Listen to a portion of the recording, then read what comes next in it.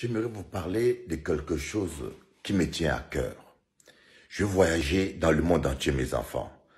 J'ai été au Mexique, aux États-Unis, j'ai été au Brésil, j'ai été au Pérou, en Colombie, j'ai fait presque toute l'Amérique latine. Je suis allé jusqu'en Australie. J'ai constaté que partout où il y a mélange, mixité des races, partout où il y a toutes les races, c'est toujours nous, les Afros, qui sont en bas de l'échelle sociale. Les plus pauvres, c'est toujours nous, les Afros. Même ici en Guadeloupe, si vous voyez, il y a des Indiens, il y a des Libanais, il y a des Arabes, il y a des Blancs, mais les plus pauvres en Guadeloupe, c'est les Afros. Je me suis posé la question, pourquoi nous sommes toujours les plus pauvres? Et j'ai commencé à observer les Chinois. J'ai constaté une chose. Les Chinois peuvent venir au Congo, les Chinois peuvent venir en Zambie, les Chinois peuvent aller partout.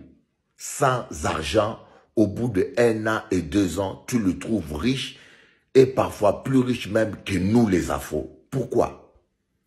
Parce que d'abord, les Chinois travaillent en famille. La première chose, un Chinois, quand il travaille, tu verras dans son business, il embauche son fils, il embauche son cousin, il s'associe et il travaille en famille. Mais chez nous les Afros, lorsque tu commences une affaire, tu mets tonton dedans, tu mets cousin dedans, c'est la faillite assurée, c'est des problèmes assurés et tu n'avanceras pas. Donc nous ne sommes pas solidaires. La deuxième chose, je constatais que le Chinois, lorsqu'il travaille, même s'il gagne de l'argent, il ne prend pas de maîtresses. Je n'ai jamais vu des Chinois, moi, avec des maîtresses.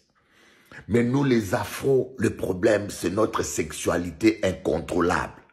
Il suffit seulement que tu aies un peu d'argent, maîtresse à gauche, maîtresse à droite, maîtresse... Mais comment tu peux économiser si tout l'argent que tu gagnes, c'est pour acheter à manger, acheter voiture, acheter ceci aux maîtresses?